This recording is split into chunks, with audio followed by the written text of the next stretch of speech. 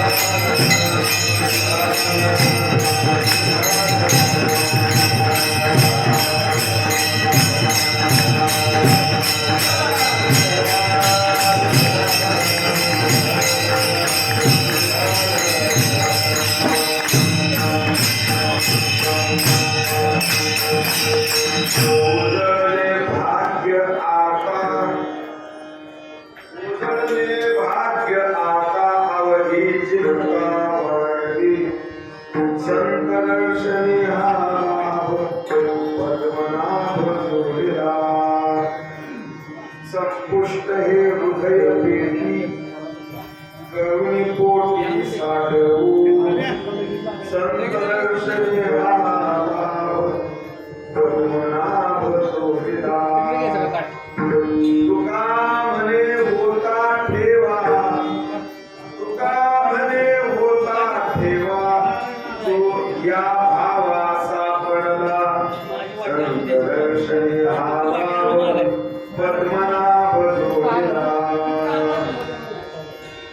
अजं रुक्मिणी संजीवनंतं परं धाम कैवल्यमेकं तुरीयं प्रसन्नं प्रपन्नाढ्यं देवदेवं परब्रह्मलिङ्गं वन्दे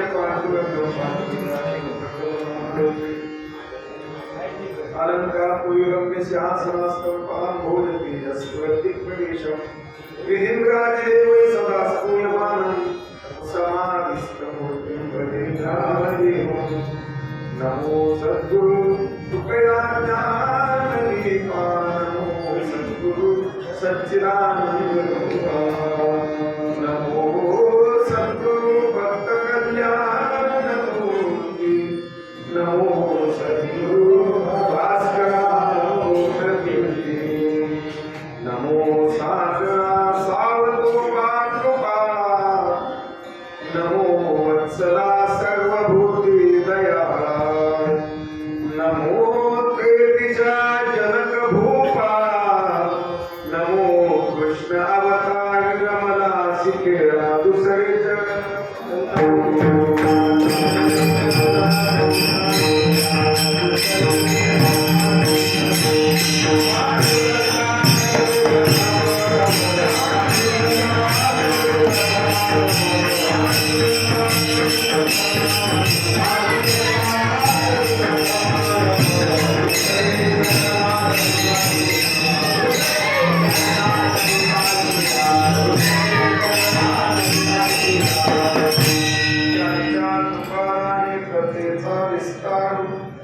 बाबाने सद्गुरु दास दयांचे केली स्मरण होय सकल विठ्ठल तेची वंदू श्रीचरण श्री गुरुचे ते नमस्कार मी आता वंदू भूमिका कीर्तने उभे होती मुका काळ निबंध श्रुती देखा तया माझे ऐसे नमन करुणी सकला हरिकथा बोलवी बोबड्या बोला अज्ञाने म्हणूया तुझ्या बाळा चालवी सकळा नामा म्हणे उजळले भाग्य आता अवघी चिंता वाढवी संत दर्शने हा लाभ पद्मनाभ घोडला प्राप्त प्रसंगी प्राप्त स्थळी निरूपणाच्या माध्यमातून कीर्तन रूपी सेवेसाठी संत सम्राट विश्वभूषण जगद्वंद्य जगद्गुरु श्रीमंत श्री संत तुकोबायांचा संत प्रकटनाचे चार चरणाचे आणि या अभंग रूपी वेदवाणीतून जगद्गुरु तुकोबाय संतांच्या दर्शनानं होणारा लाभ स्वानुभूतीतून स्पष्ट करतात या अभंगाची दोन गुण अजून पुढे जाऊन त्या अभंगाचा गोष्वाला पण असलेल्या ठेव्याकडे मी काहीतरी विश्वास ठेवला माझ्या ठिकाणी असणारी ठेव माझ्या झाली तुका म्हणे होता ठेवा तो या भावा सांगला आणि ज्यांच्यामुळे घडलं संत दर्शने हा लाभ पद्मनाभ जोडला अभंगाचा सगळं गोष्वाला आपल्या समोर वाटला किम कारण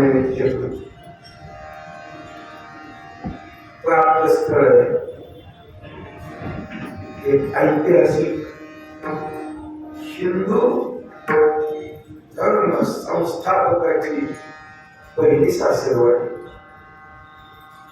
छत्रपती शिवरायांचा ज्या निंबाळकर घराण्याशी पहिला संबंध झाला असे हे गाव ऐतिहासिक स्थळ आहे आणि या ठिकाणी फार पूर्वीपासून इथं सावतोबा काकांचं काय झालेलं आगमन झालेलं प्रतिष्ठापना झालेली आणि हा जो उत्सव सुरू आहे या उत्सवाला आज 83 वर्ष पूर्ण झाली 83 वर्ष वैकुंठवासी परमसद्गुरु मृदंग सम्राट प्रातस्मरणीय वैकुंठवासी हरिभक्ती बघायला वैद्य बाबा यांच्या कृपाशीर्वादाने माझ्या समोर ज्ञानवंत वयोवंत तत्ववंत असणारे आपले गुरुवर्य मृदंगाचार्य, आता मी नाव घेणं म्हणजे लहान थोडी मोठं खास होईल, बाबा माझ्या समोर होते, त्यांच्या प्रेरणे श्री संत सावधोबा काका कष्टच्या सौजन्यानं आणि माझ्यासमोर उभे असलेल्या सर्व गुणीजनांच्या सहकार्याने, देणगीदात्यांच्या अन्नदात्यांच्या विशेष सहकार्याने आणि सर्व समोर बसलेल्या मातृपितृतुल्य असणाऱ्या भगवत स्वरूप असणाऱ्या श्रोतृवर्गाच्या अति सौजन्याने अति सहकार्याने हा उत्साहामध्ये सुरू असलेला नामसप्ताह आणि या सप्ताहातली आजची 4थ्या दिवसाची सेवा तुमचे आदरणीय गुरुवर्य दादांच्या आज्ञेनं ट्रस्टच्या सर्व विश्वस्तांच्या वतीनं त्यांनी केलेल्या आज्ञेवरून माझ्याकडे आलेले आणि याही वर्षी तुमचं सर्वांचं मला दर्शन झालेले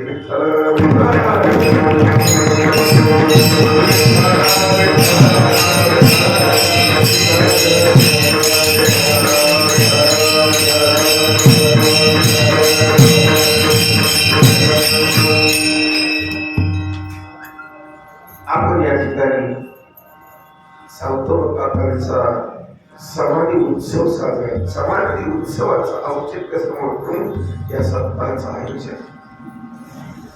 मग फक्त चतुर्दशीला सावधोबा काकांचं पुस्तक होतं नाही, परम नामधारक बाल भागवत सकल संत शिरोमणी नामदेव यांचे सुद्धा समाधी सोहळा आहे. फक्त या दोघांचाच येतो. मला वाटतं आपल्या वारकरी शिक्षण संस्थेचे वैकुंठवासी गुरुवर्य शांताराम गुरुजी त्यांचा सुद्धा त्या दिवशी काय वैकुंठ गमन सोहळा आहे. आता हे महात्म्यांचे जे सोहळे असतात हे फक्त गावात किंवा एका ठिकाणी चालतात असं नाही, नुसतं महाराष्ट्रावर नाही. जिथं आपली मराठी संस्कृती जपणारी देशाच्या कानोपापऱ्यात जिथं जिथं माणसं आहेत तिथं तिथं आणि फक्त महाराष्ट्रातच नाही, संस्कृती जपणारी माणसं पूर्ण जगभर आहेत आणि ज्या ठिकाणी ते सोहळा आहे. म्हणजे याचा अर्थ अजूनही संकोचितपणा घेत नाही, फक्त या लोकांचा सोहळा सुरू आहे असे नाही. तुका म्हणे राजे वैकुंठी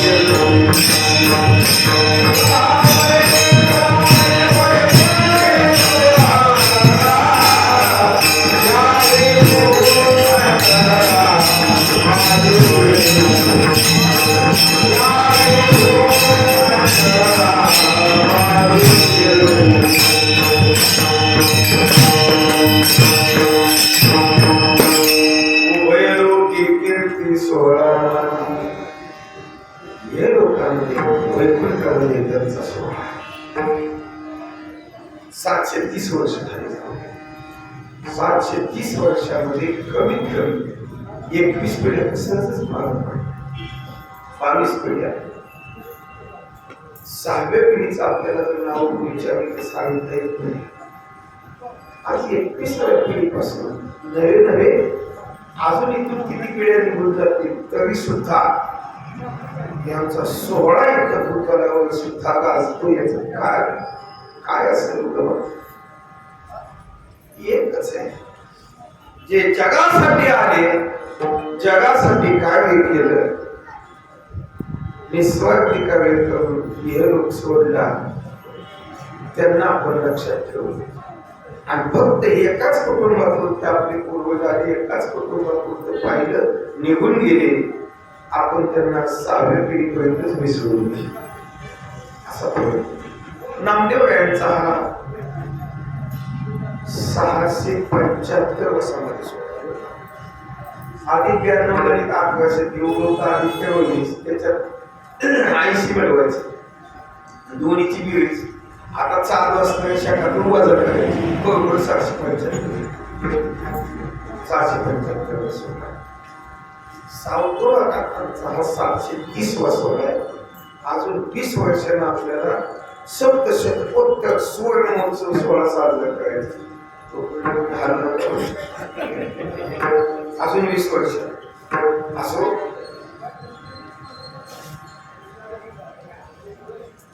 अभंगाकडे वळीन स्वामींची वर्षी परमेश्वर बाबांच्या भाषेत सांगायचं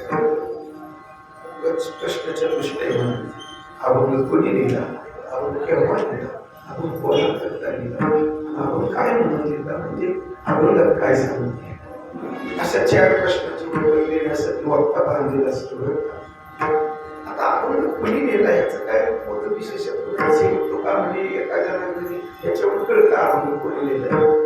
पण या अभंगाच्या संबंधानं अभंगकर्त्याचा अधिकार वर्णन करणं म्हणजे पहिल्या प्रश्नाचं उत्तर.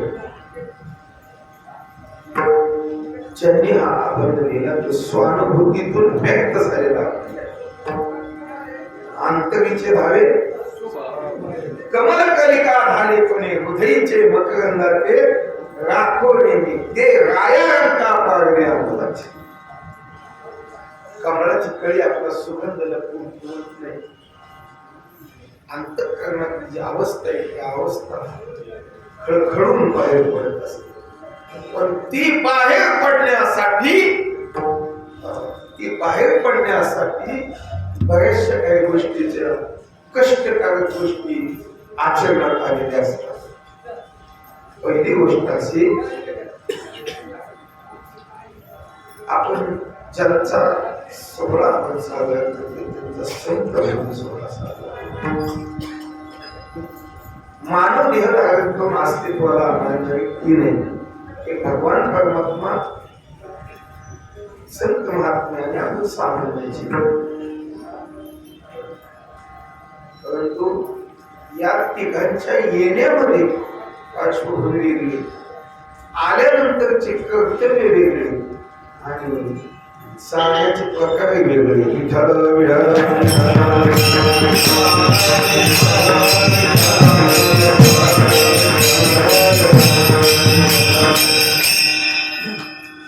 एकट्याला करवलं नाही म्हणून त्याला जगत निर्माण केलं. एकरे कणकेची चंद्र सूर्य मेघ हे त्यानं निर्माण केलं. पुन्हा सगळी सृष्टी निर्माण केली. 84 लक्ष योनी त्याच्यामध्ये 4 खाली असे निर्माण केले. एकी केली गुजरी, एकी केली जळचरी, हे सगळे निर्माण केले. ते सृष्टीकडे पाहिले त्याला सुख वाटत नाही म्हणून मानवी पद्धतीची निर्मिती आपल्याला ओळखण्यात असं. आणि मग निर्मिती केली, मोठी अपेक्षा ठेवली, पण ती अपेक्षा भंग झाला पाहिजे म्हणून देवाने चटका दिला, गर्भवासाचं दुःख दिलं. त्या दुःखातून सुटण्यासाठी का होईना पण माझं नाव घेऊ.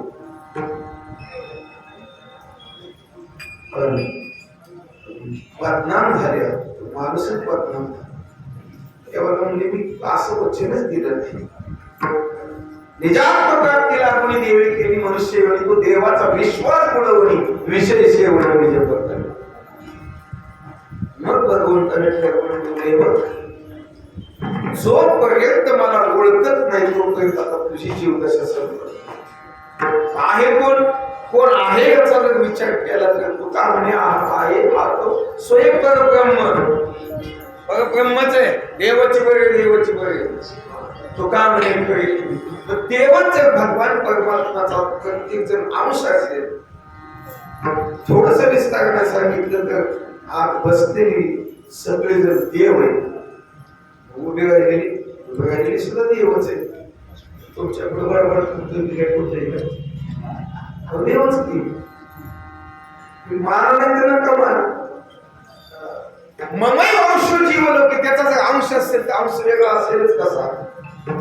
नेमकं मी कळलं कुठे तो परम सत्ताधीश आहे, व्यापक आहे. आपण संकुचित आहोत. असं का घडलं? 3.5 हाताच्या देहामध्ये बंद होताना मायेचं पांघरून घेताना अहंकाराच्या गोळीत आले. आपण संकोचून लहान झालो. त्या लहान झालेल्या अंशीला आपल्या त्या अंशाला अंशीपर्यंत ज्याचा जो अंश आहे तिथपर्यंत प्रयत्न करण्याचं काम ज्या भूमिकेने केलं ती भूमिका संतांची.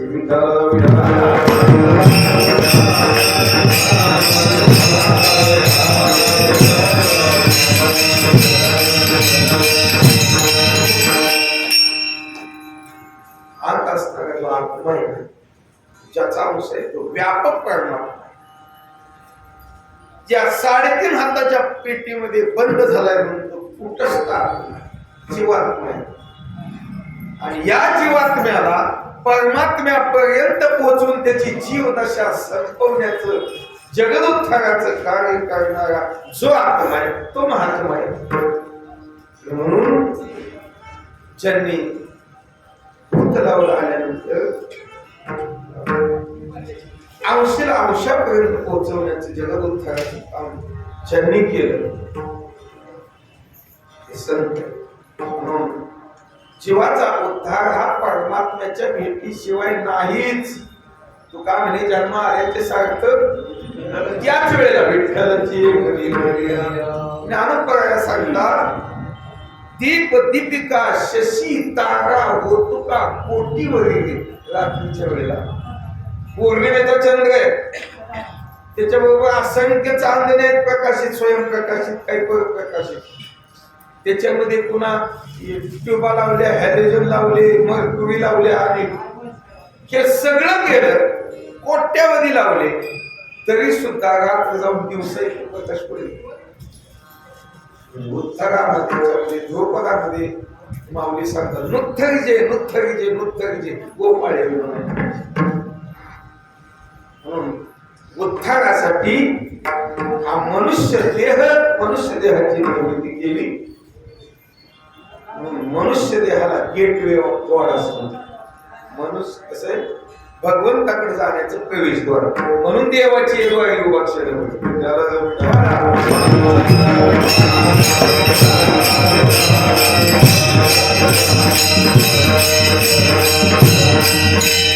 का देवाचं स्मरण करायचं? केवळ आपल्या उद्धारासाठीच नाही, ज्यानं आपल्या आईच्या उदरामध्ये तिसा मासानं गर्भ वाढत असताना त्याच आईच्या अंगावर भरपूर व्हिटॅमिन्स असलेल्या दुधाची उत्पत्ती केली, सुटून बाहेर काढली. बाहेर आल्यानंतर अन्न पाणी हे सगळं करून. आणि अजून महत्वाची गोष्ट सांगतो, मरेपर्यंत सांभाळलं. वैकुंठवासी परभणी प्रभूंचं एक वाक्य सांगितलं जायचं, ऐकलेलं सांगितलं तुम्हाला. माणूस जिवंत आहे, माणसं मेला ह्याच्यात आश्चर्य नाही, माणसं जिवंत आहे. म्हणजे 3.5 कोटी उपछिद्र आणि 9 मोठी छिद्र असताना देहामध्ये आयुष्य संपेपर्यंत प्राण अबाधित राहतोय. एवढं आश्चर्य नाही. परमात्म्याने तुम्हा मला मांडीवर घेतले, खेळवतोय आयुष्य म्हणून आपण जिवंत आहे. पण ज्या दिवशी त्यानं आपल्याला मांडीवरून खाली ठेवलं त्या दिवशी तुमच्या सकट माझ्या सकट आपल्या सर्वांना 8 मजल्यातून बाहेर 8 तासाच्या आत काढून 8 माणसांपर्यंत आपल्या जवळच्या. पण जिथून सर्वजण टाकून आले, एकदा काडी लावली, थोडस पेटलं हे सगळं पेटेपर्यंत थांबलेलं आहे. तेही स्पर्श आहे. मग तिथून ज्याची सोय सुरू झाली तो देव अंतकाळीचा सोय तुका म्हणे विठू झाडा. म्हणून त्याला ओळखण्यासाठी एवढंच नाही, ज्यानं पहिली गोष्ट सुंदर असा देह दिला, देह गोमटा देह दिला, त्या देहाला चालण्यासाठी दिली इंद्रिय, हात पाय कान डोळे मुख बोलाय हे सगळं दिलं. आणि या अवयवांचा वापर योग्य दिशेनं करण्यासाठी बाहुले मनुष्य देही निज ज्ञान एवढं सगळं दिलं. आणि हे दिलेल्या देणगीतून आपल्या मूळ स्वरूपाला प्राप्त होण्याचं ज्ञान ज्यांनी तुम्हाला मार्गदर्शन केलं ते संत आहे. जगाच्या पाठीवर मला वाटतं संत जर नसते तर जीवाला ईश्वराची ओळख झाली नसती. भगवान परमात्मा तर कसं आहे, गंध नाही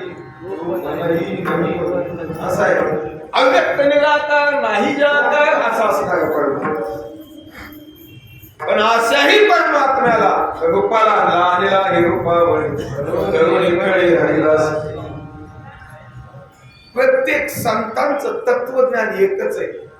वारकरी संप्रदायामध्ये संतांनी अशी अग्रगण्य क्रांती केली. प्रकाश संप्रदाय, स्वरूप संप्रदाय, दत्त संप्रदाय, नाथ संप्रदाय, चैतन्य, अनेक संप्रदायातून संत एका छत्राखाली आले, त्या छत्राचं नाव आहे वारकरी संप्रदाय. आणि प्रत्येक जातीमध्ये संत अवतीर्ण झाले. त्यांनी आपल्या जातीचा अभिमानही सोडला नाही, पण त्या जातीच्या कार्यामध्ये देवाला सहभागी केल्याशिवाय राहिले नाही.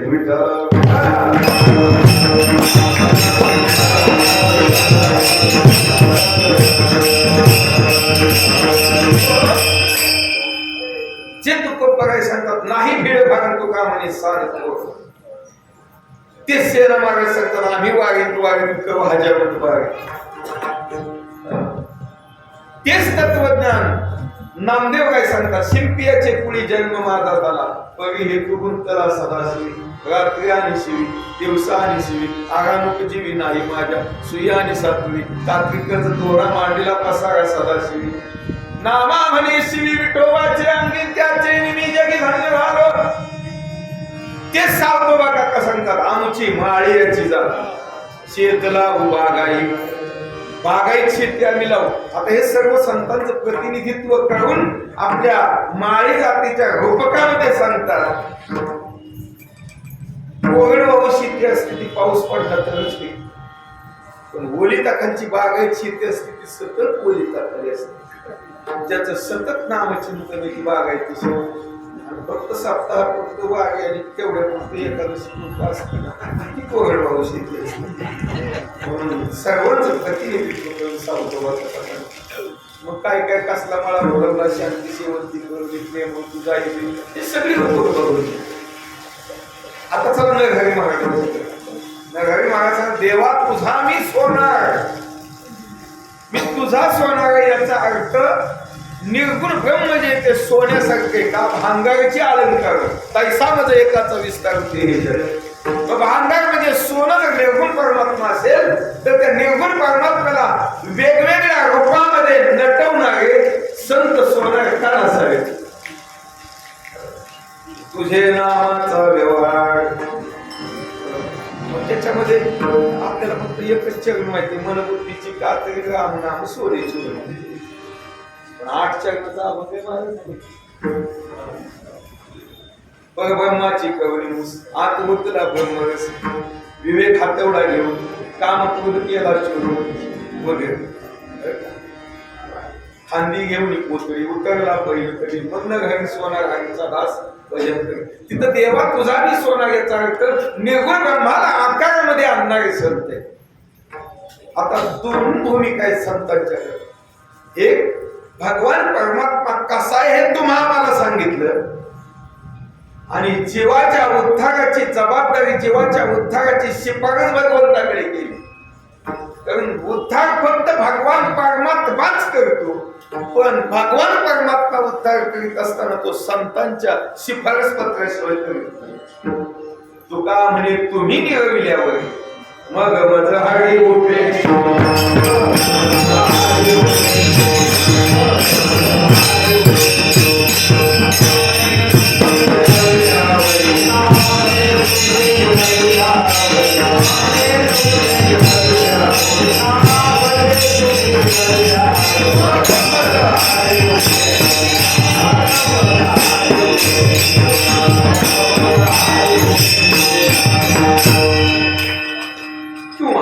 धरतीच्या हाती संत कृपावंत पाळी पंढरीनाथ लढा.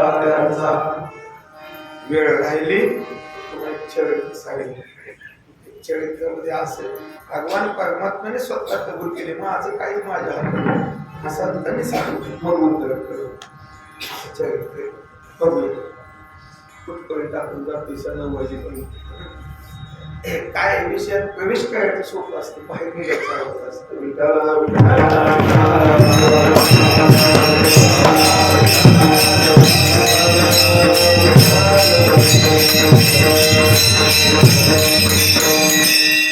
जीवाच्या उद्धारासाठी 3 गोष्टी आवश्यक, आणि त्या 3 गोष्टी दुर्लभ सांगितले. दुर्लभ मानुष किती दुर्लभ आहे, दुर्लभ एवढं दुर्लभ निस्ता दुर्लभ नाही. भागवतामध्ये चला लब्धान सुदुर्लभ निदम बहुसंग मानते मानुष्य वर्तन मनित्य मती हरिरा पूर्णयते तरत्पते धनवृत्ती यावत निश्चयसाय विषय खल सर्वतस्सा. असा दुर्लभ विषय शक्तीमध्ये आपण झालो म्हणून दुर्लभ नरदेव. पण आता नरदेव प्राप्त झालाय म्हणजे एक काम, दुसरं काम काय दुर्लभ अंक देवानुग्रह मनुष्यत्व. माणसाचा आकार झालाय पण त्याच्यात मनुष्यत्व होते. मनुष्यत्व कधी येतं ज्या वेळेला तो त्याला वाटते की काय मी उद्धार पावेल, काय असं ज्या वेळेला वाटतं त्यावेळेला त्याच्यात मनुष्यपण तरी साधी नारायण नाही तरी म्हणून मनुष्यत्व. आता पुढं महापुरुष संशय म्हणजे पुन्हा आता संतांची भेट कुठले दुर्लभ सांगितली. बहु अवघड म्हणले, अशक्य म्हणले नाही, काही नाही अशक्य म्हणले नाही. मग याच्यासाठी तो का म्हणे अंगे भावे ते आपण त्या अवस्थेला जावं लागतं. मग संत भेटले, संत भेटल्यानंतर मग तो का आलंगीला बाहेर ठेवीला विठोबाची, मग ती पुढची उद्धाराची प्रक्रिया. त्याच्यासाठी मनुष्यत्वापर्यंत आपण आलो. कसं असतं हे जे ब्रह्मांडाचं मोठं कोट आहे त्याच्यामध्ये भगवान परमात्मा जर सरन्यायाधीश असेल तर जीव हा आरोपी आणि जीव हा आरोपी त्याला सोडवणारे वकील म्हणजे संत.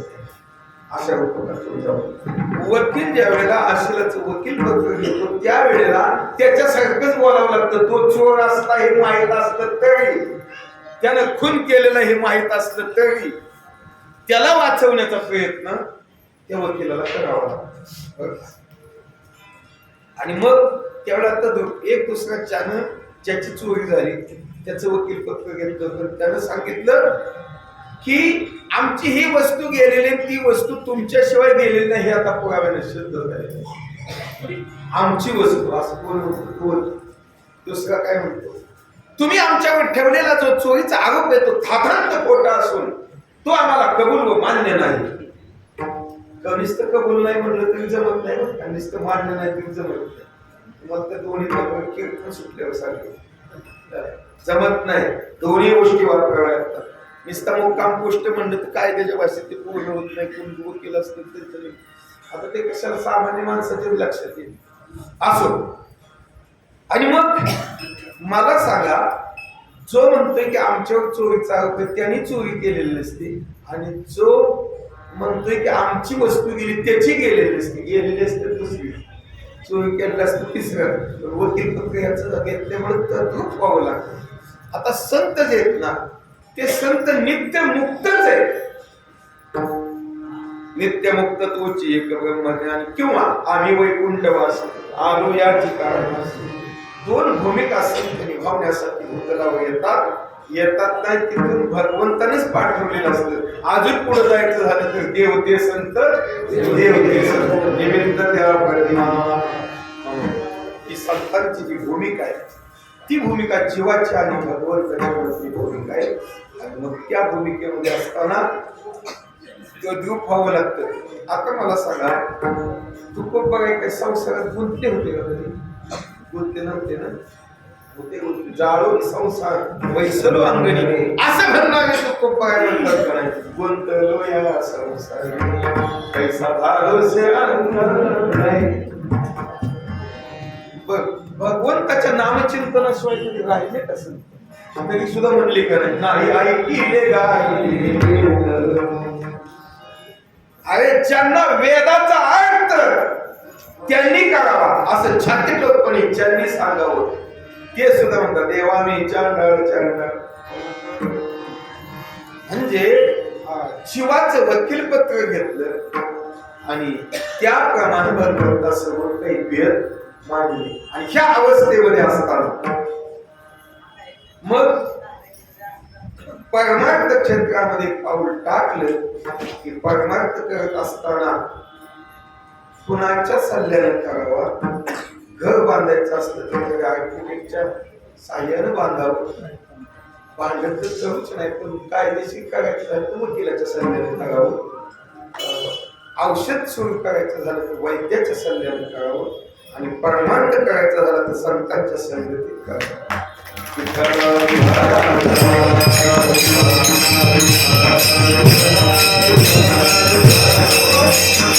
समागमी ठरवून यावं करावे तातडी परमार्थी. मग त्यांनी महाराजांना पहिल्यांदा हे दाखवून दिलं. पहिल्यांदा गुरुप्राप्ती किंवा संतांची भेट झाली पाहिजे. गुरुची भेट झाली गुरु संत हे कर्तव्याचे शब्द आणि मग आस्वराचे परी गुरु नामाचा जप करी आणि मग सतत त्यांना ध्यास लागून राहिला. काय आयशे पुण्य होईल गाठी घालील पायी देवाची देवाला विचार कोणा पुण्य त्यांचा होईल शिव सांग देवा. जे द्वंद्व आणि दुरागी आयशे वळण्यामध्ये लावी नारायणा आणि सतत एक नियम आहे. नियम असा आहे की जे जागेपणी चिंतन केलं जातं स्वप्न रूपाने केलं आणि जागता जवळशी जेणे ध्याने भावना भावी डोळा लागत केवळ नेमकं माघ शुद्ध दशमी बुधवारी बर का हे सगळं गोपलं. बुधवारी शके 1524 आणि रात्रीच्या वेळी गेली गाठ पहाटेच्या वेळेला स्वप्न उजाडता कोणत्या दिवस माघ शुद्ध दशमी पाहुणी सद्गुरू आले. त्यांनी वरखास्त ठेवला भोजनासाठी दक्षिणा म्हणून पावशी वगैरे हे सगळं घडलं आणि घडलं आणि जागे झाल्यानंतर काय झालं अपरोक्ष परमात्मा अनुभवाला सावतोबा काकांच्या बाबतीत तेच झालं. मला वाटतं धामणगावची मानकोजी बोलते श्रीकृष्ण अर्जुन सावतोबा काका यांच्यासाठी भगवान परमात्मा स्वतः आपणची देव होय. आता सावतोबा काका जेव्हा 5 वर्षाचे होते त्यावेळेला लहानपणी काय कोणी आलं नाही का कथा काय किंवा त्याला विचारायचं जीवाचा उद्धार नसतो. आता काही माडीगण आले होते ते प्रत्येक कुलगुरू असतात त्याच्या मुळात ते सगळं पिढीचे ज्ञान देतात की कोणाचा आजार कोणता त्यांच्याकडे सगळी नोंद असते आणि मग ते कुठलं पुढं दैवत कोणाचं देवळ काय ते सगळं बाकीचं सांगतात. त्यांना म्हणले उद्धाराचं ज्ञान म्हणले आम्हाला नाही. आम्ही फक्त पुढे गाडी सांगतो याच्यापेक्षा जास्त नाही. आत्मनिष्ठ पण श्रोत्रिय सद्गुरू पाहिजे सांगितलं. तो कुठे मिळेल? तो असं कर, तुला भगवंताच ध्यान, भगवंताचा ध्यास लागला आणि ध्यास लागला आणि त्यावेळेला स्नानाला जाताना स्नानाहून आले होते परत मार्ग भगवान परमात्मा आणि भेटल्यानंतर त्यांनी सावतो बघा त्यांच्या मस्तकावर आणि ठेवल्यानंतर तिथं मग जिकडं तिकडं सगळीकडे परब्रह्मच भासायला लागला आणि तीच अवस्था तो खूप बघायची. तिथून पुढे 300 वर्ष 400 वर्ष आणि मग त्या अवस्थेमध्ये असताना काही मंडळी भेटण्यासाठी आली. त्यांनी विचारलं म्हणजे तुमच्या चेहऱ्यावर अजिबात ना भेटायला आले. त्यांच्या घरी चुलीवर हागाळी उगवलेली आणि मडक होत. पूर्वी श्रीमंती होती, सावकारकी होती, दुष्काळ्या त्या अवस्थेला आले त्यावेळेला त्यांच्यावर काहीच नव्हतं. आणि मग ती अवस्था घरची पाहिली. प्रत्यक्ष भेटल्यानंतर ते मग समाधान पाहिलं. समाधान पाहिल्यानंतर त्यांना आश्चर्य वाटलं. त्याच्यातलं ज्या वेळेला गमक त्यांनी विचारलं त्यावेळेला ते गमक त्यांनी अभंगाच्या पहिल्या चरणात सांगितलं.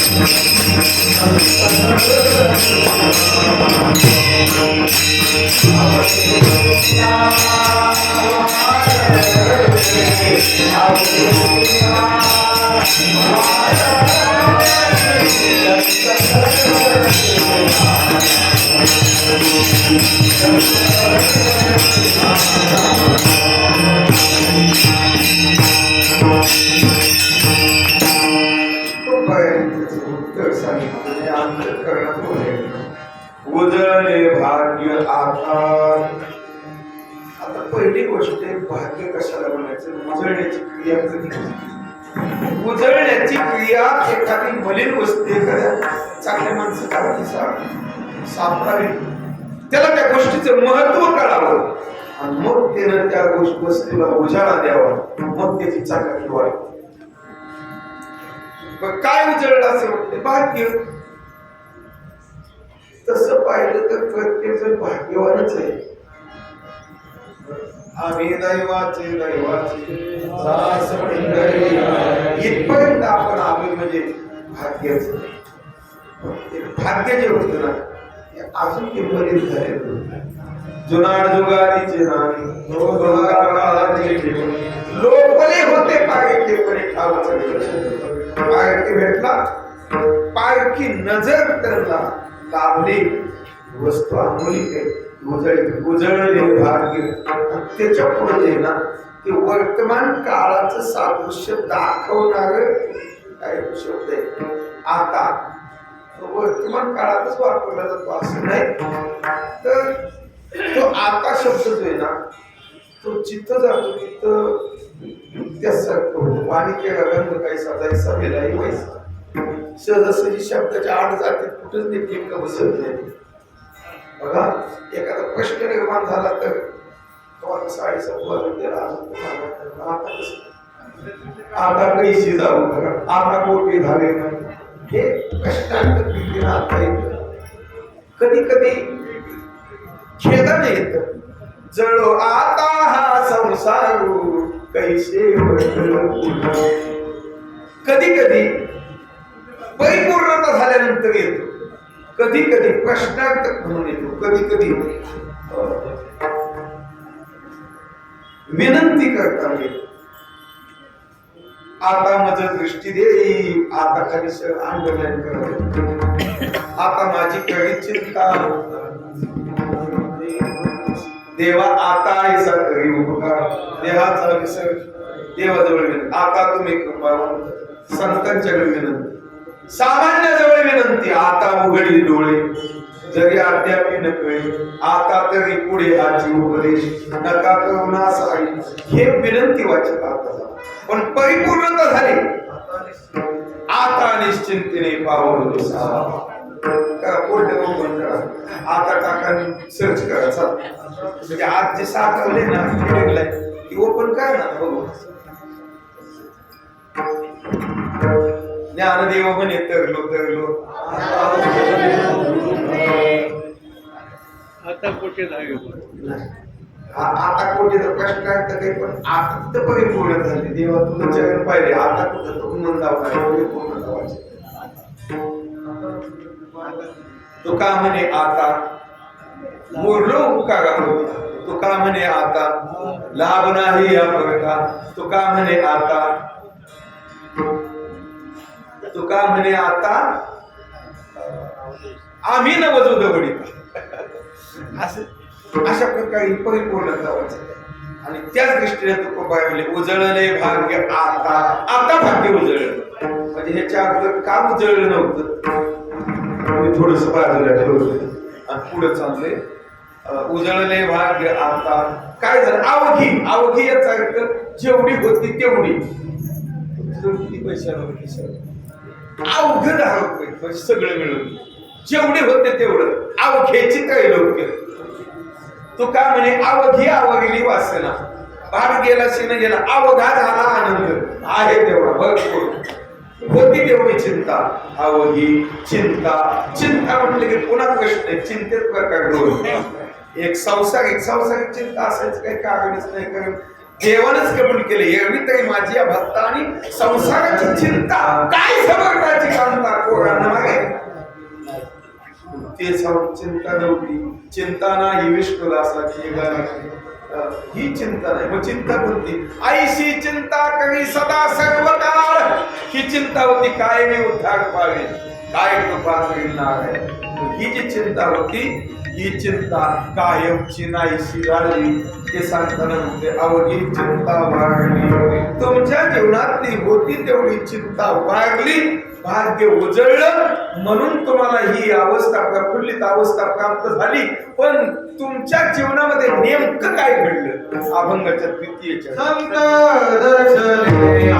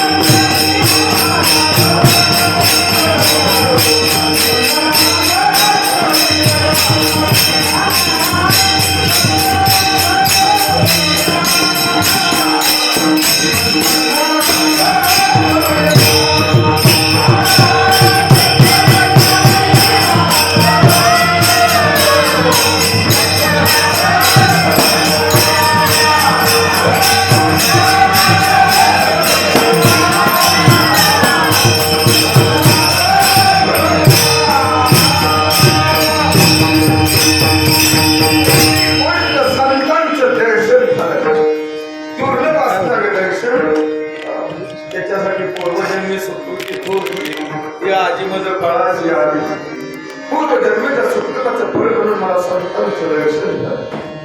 बहु अवघड असणारे संत रक्षण झालं. आणि दुसरी गोष्ट संतांच्या भेटीनं भगवंताची प्राप्ती झाली. म्हणजे भगवंता संतांच्या भेटी विना भगवंताची प्राप्ती झाली तरी भाग्य उजळत नाही. संतांच्या भेटीमुळे भाग्य उजळलं म्हणून आता हा शब्द जन्माला आला.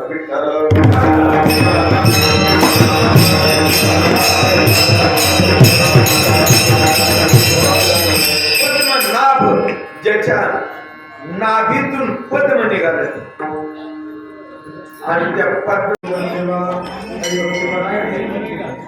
परमेश्वर महाराज त्यांची सात्विक